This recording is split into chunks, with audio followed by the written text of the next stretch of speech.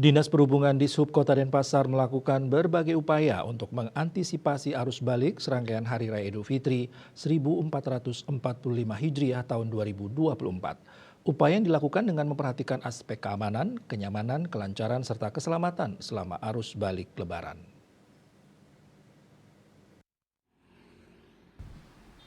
Kepala Dinas Perhubungan Kota Denpasar Iketut Setiawan mengatakan di Sub Denpasar telah melakukan koordinasi dan terkoneksi dengan jajaran perhubungan pusat di Terminal Mengui dan Gilimanuk.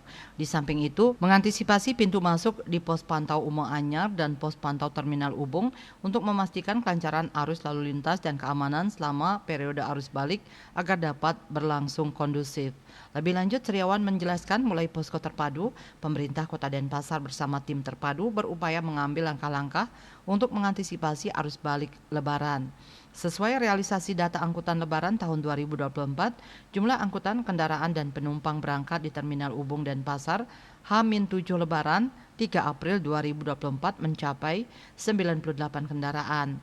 Sementara jumlah keberangkatan penumpang mencapai 821 penumpang. Jumlah keberangkatan kendaraan pada tahun ini mengalami penurunan sekitar 59% dibandingkan tahun 2023 yang mencapai 237 kendaraan.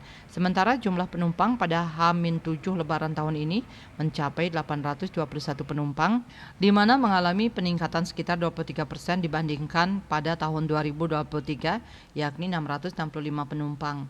Di samping pemantauan pada 2 posko terpadu, pihaknya juga melakukan pemantauan dan mengantisipasi kedatangan serta keberangkatan wisatawan di Pelabuhan Laut Pengumpan Lokal Sanur dan Serangan, serta melakukan koordinasi bersama Dinas Kependudukan dan Pencatatan Sipil Kota Denpasar dalam mengantisipasi arus balik, serta melakukan pemeriksaan administrasi kependudukan para penumpang di Pelabuhan Benoa. Disampaikan pula pada pos pantau Terminal Ubung juga telah disiapkan pos layanan kesehatan bagi pengendara roda 4 dan roda 2 yang melaksanakan arus balik melintasi Kota Denpasar dapat memanfaatkan layanan posko untuk beristirahat maupun cek kesehatan.